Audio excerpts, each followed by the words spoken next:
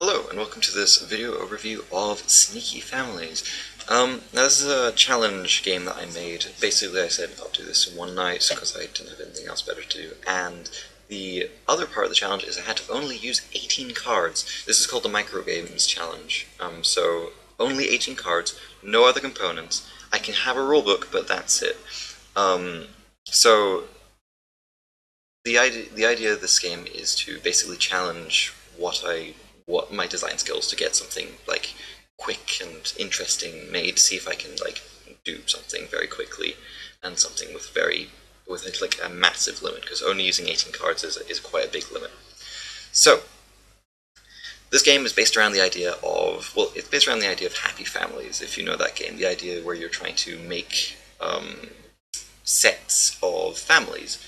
Apart from the fact that in this game, instead of using rummy type rules, every single card is already on the table and is in people's hands, or they're on the table in front of people. So during setup in this game, each player is given one card from 4 different families. Oh, by the way, the families are all color-coded. So basically, the idea of the game is to get all of one color. So even though I have 3 daughters, because that's what D stands for, even though I have 3 daughters, I need to have all 4 of one color, not all 4 of one letter. So there's 4 types of family members: fathers, mothers, daughters, and sons. There's also, as you notice here, there is, like I said, if you can do the math, there's 4 colors, there's 4 family members. There's also 2 family dispute cards. I'll get back to what these do later. So once everybody's been dealt one family member of each color, then each player places one of their family members from their hand face down on the table, and then they all flip it up at the same time to reveal their starting personality. This is basically what action they get to take each turn if they want to. And everything else stays in their hand. So there's a hand limit of 3 in this game, so I'll get back to what that means later. But after everybody has chosen their starting personality, the game begins. I'll quickly go over what all the parts of this board mean. Each player has a personality and a bank. Now the banks are face down, which is why cards go face down when I place them in here. And banked cards don't... Basically, they just sit there until somebody withdraws them, or until somebody forces a player to withdraw them. So they don't count towards the win condition. The win condition is to get, like I said, all 4 of the same color in either your hand or your personality on the table. So this green F, if I had 3 more greens in hand, if all these 3 were green, then I would win the game. So any point during my turn, as long as I have all 4 of the same color in my hand, I win the game. Okay, so that's the win condition. At the beginning of your turn, so say it's player's 1's turn. At the beginning of your turn, you check to see if you have more than 3 cards. And if you do have more than 3 cards, you have to discard cards down to 3 cards, and all those discarded cards go to the player on your left. So player 1 would pass, like say he had 5 cards in hand, he would pass 2 of the cards he had in hand to the left to player 2. Okay? Then they can do one of 3 things on their turn.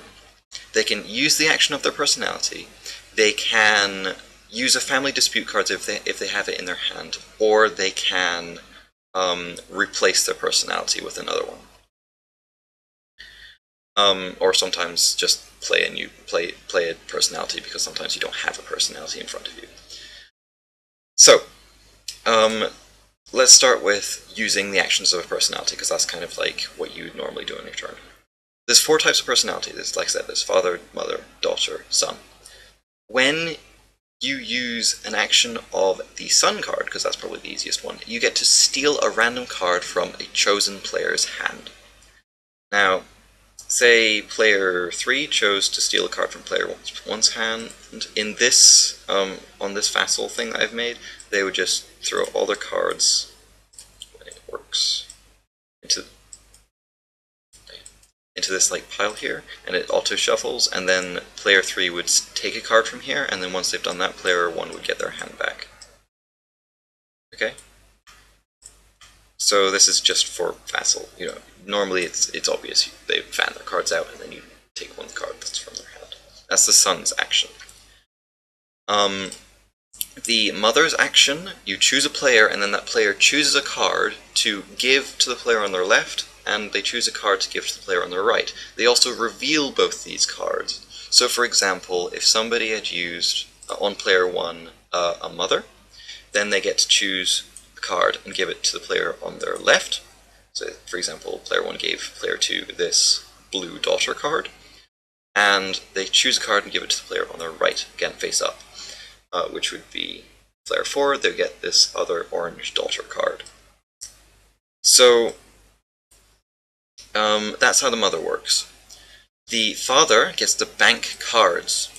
So the way the banking cards works is you take a card from your hand, and you say which one you want to keep, and you place it face down on the table in front of you. In this case, we just have a space here to place them. Then, if there is a family dispute card left, you claim a family dispute card and put it back into your hand. That's how you get family dispute cards, is using the father's ability. Sometimes people can give them to you, because of course they can be stolen using the son ability, or you can be given away using the mother ability, or they might just be handed around the table using like a discard effect or whatever. Using discards at the beginning of your turn. So that's how you get family dispute cards. Then finally we have the daughter ability, which says as long as they didn't take their last action to play their personality, that you can tell a player to return the personality to their hand. So for example, if I had used this father personality, if I had not played this father personality on my last turn, the daughter could tell me to take it back into my hand. So it basically stops someone from using their personality next turn. Right, so that's the first thing you can do. You can use your personality's effects. The second thing you can do is play a new personality. Now if you don't have a personality on the table, this is pretty simple. You basically choose a personality from your hand, and then you play it on the table face up, and you say this is my new personality. If you already have a personality though, you play your new personality, and your old personality goes to the player on your right and goes into their hand. So you're passing a card to the player on your right. So that's the way that works. So basically, if you're discarding down at the beginning of your turn, you're passing cards to your left. If you're replacing your personality, you're passing the old personality to your right. And again, these all go into those players' hands. Finally, we have family dispute.